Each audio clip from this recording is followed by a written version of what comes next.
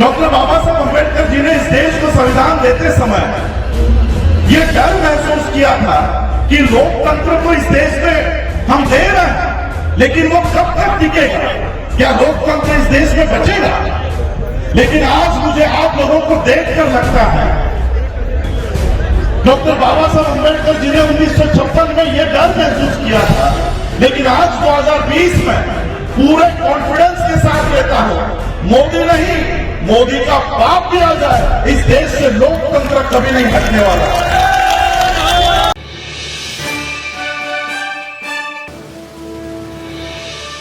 मैनू पंजाबी तो नहीं आती है, हिंदी में गल करांगा। सबसे पहले तो मैं आप लोगों को, आपके जज्बे को सलाम करता हूं। मैं उस परिवार से हूं जिन्होंने इस देश के संविधान का निर्माण किया।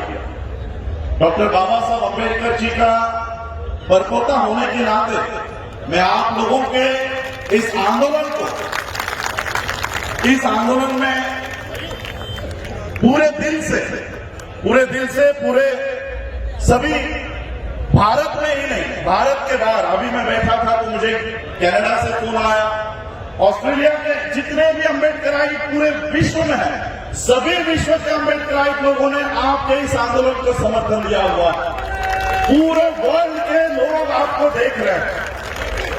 ये मोदी सरकार में आने के बाद पूरे देश भर में एक डर का माहौल था, और खासकर बाबा साहब को मानने वाले लोगों में एक डर था कि ये मोदी संविधान को हटाने की कोशिश कर रहा है, लोकतंत्र को हटाने की कोशिश कर रहा है। डॉक्टर बाबा साहब अम्बेडकर जी ने इस देश को संविधान देते समय ये डर महसूस किया था कि लोकतंत्र को इस देश में हम दे रहे हैं, लेकिन वो कब तक टिकेगा? क्या लोकतंत्र इस देश में बचेगा?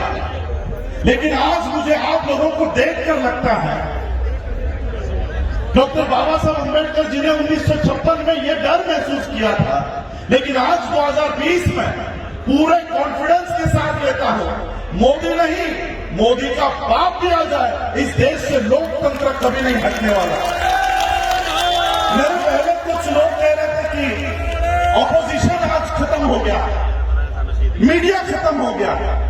जिस दिन ऑपोजिशन नहीं होता उस दिन ये देश के लोग ऑपोजिशन का काम करते हैं, और आज ये संसद के लोग में ये देश के सभी लोग, सिर्फ किसान ही नहीं, इस देश का सिर्फ किसान ही नहीं, इस देश का मजदूर हो, विद्यार्थी हो, इस देश की महिला हो, सभी लोग आज इस कानून का विरोध कर रहे हैं। मैं बंबई से चलकर आया हूं, महाराष्ट्र में भी इसी तरह का काम, इसी तरह का दृश्य महाराष्ट्र में भी शुरू हो चुका है, हरियाणा में चल रहा है, पंजाब में चल रहा है। अब पूरा देश ठप हो जाएगा।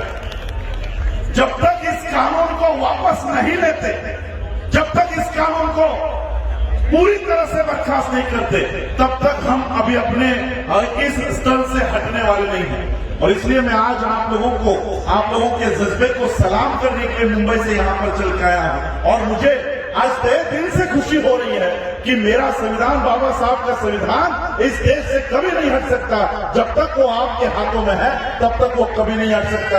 आरएसएस, मैं आप लोगों को क्योंकि बहुत सारे स्पीकर्स हैं, सभी लोगों को समय की मर्यादा है, मैं एक ही बात आप लोगों के माध्यम से मोदी को बताना चाहता हूं। मोदी को लगता है कि संसद में अब हम बहुमत में आ गए, 350 के ऊपर एमपी हो गए हैं, राज्यसभा में हम लोग बहुमत में आ गए। मैं मोदी से कहना चाहूंगा कि भले ही कितने भी बहुमत में तुम संसद में आ जाओ, कितने ही बहुमत में आप राज्यसभा में आ जाओ, लेकिन देश में हम बहुमत में है, देश में चलने नहीं देंगे, देश में घूमने नहीं देंगे, क्योंकि वहां पर हमारी संख्या ज्यादा है। और इसलिए आज आप लोगों के इस आंदोलन में मैं सहभाग होता हूं, और आप लोगों, क्योंकि समय की पाबंदी है, एक नारा देकर अपनी वाणी को विराम देता हूं। वाहिगुरु जी का खालसा, वाहिगुरु जी की फतेह, जो बोले सो निहाल।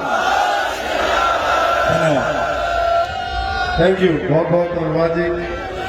ਹੁਣ मैं बेनती करांगा भोग सिंह मानसा जी ਨੂੰ, वो 2 मिनट वास्ते, क्योंकि समा बहुत सीमित है, बुलारे साडे बहुत ਵੱਡੇ है, समा 1 ਘੰਟਾ ਚਾਹੋਗੇ 2 ਘੰਟੇ ਚਾਹੋਗੇ ਉਹ ਬੋਲ ਸਕਦੇ, ਪਰ ਸਮੇਂ ਦੇ ਹਿਸਾਬ ਦੇ ਨਾਲ ਦੋ ਤੁਸੀਂ ਮੈਨੂੰ ਇਹ ਦੱਸੋ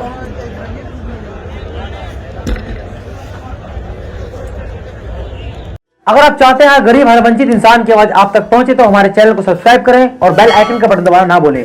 देखते रहिए बहुजन हलचल न्यूज।